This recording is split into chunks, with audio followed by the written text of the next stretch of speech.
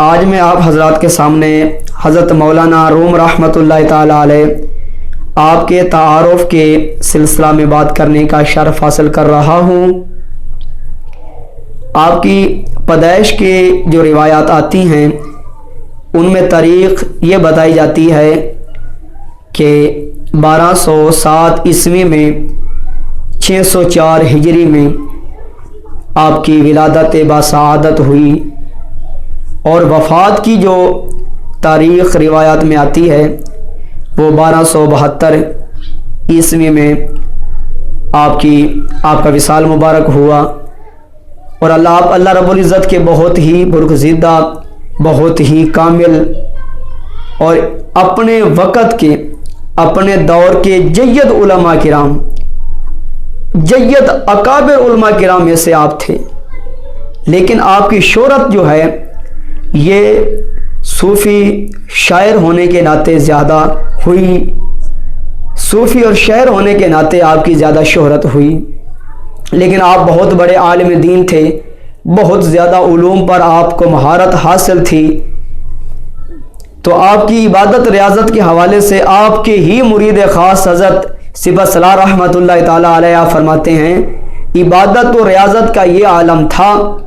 کہ آپ اللہ رب العزت کے خوف سے اتنا نماز میں روتے تھے، اتنا روتے تھے کہ آپ کو اپنا ہوش بھی نہیں رہتا تھا۔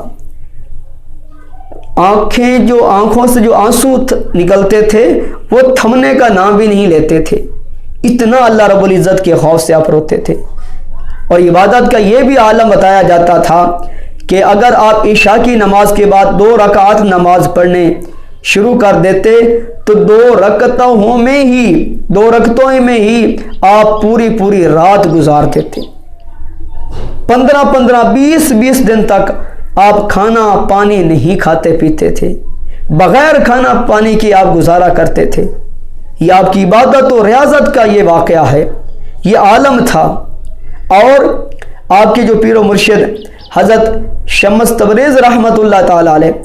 آپ سے جو ملاقات ہوئی، آپ کی جو بیعت ہوئی، یہ مختلف واقعات آتے ہیں، مختلف روایات ملتی ہیں، مختلف واقعات جو ہے یہ کتابوں میں نقل کیے ہوئے ہیں۔ لیکن میں ایک واقعہ آپ لوگوں کی بارگاہ میں عرض کرنے کی سعادت حاصل کروں گا کہ آپ اپنی کتب بینی کر رہے تھے ایک حوض کے کنارے پر، آپ کتابیں لکھ رہے تھے، کتابوں کا مطالعہ کر رہے تھے۔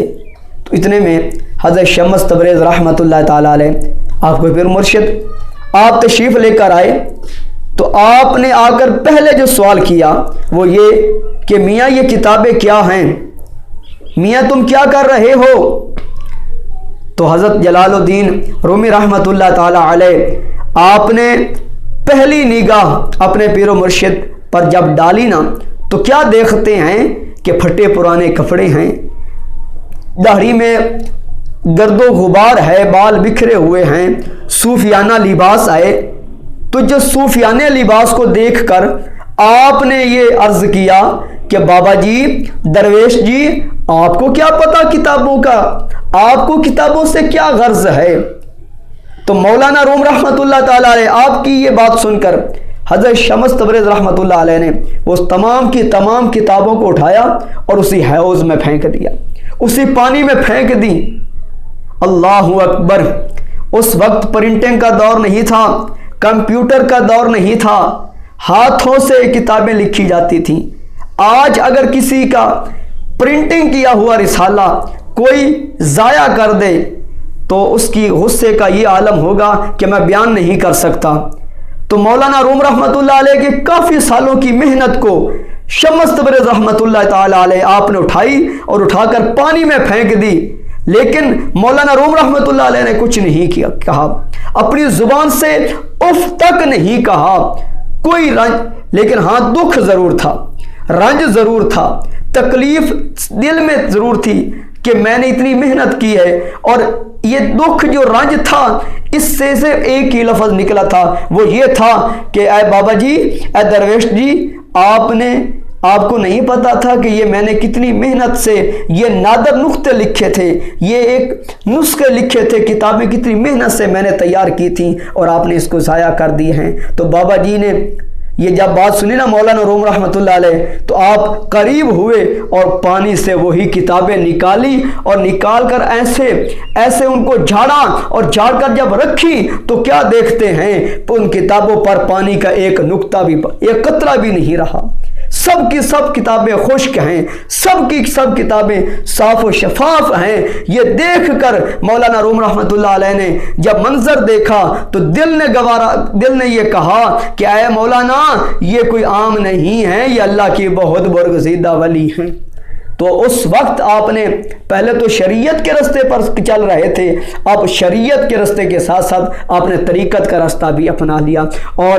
شمس تبری رحمۃ اللہ علیہ آپ کے ہاتھوں پر بیعت کی۔ تو یہ آپ کا مختصر تعارف جو میری ناقص علم میں تھا، میں نے آپ لوگوں کے سامنے عرض گزار کر دیا ہے۔ تو دعا کرتا ہوں اللہ رب العزت مولانا روم رحمۃ اللہ علیہ آپ کے نقش قدم پر ہمیں چلنے کی توفیق عطا فرمائے، اور تمام اولیاء اللہ سے ہمیں اللہ تعالیٰ سچی اور سچی محبت عطا فرمائے، اور اسے محبت پر خاتم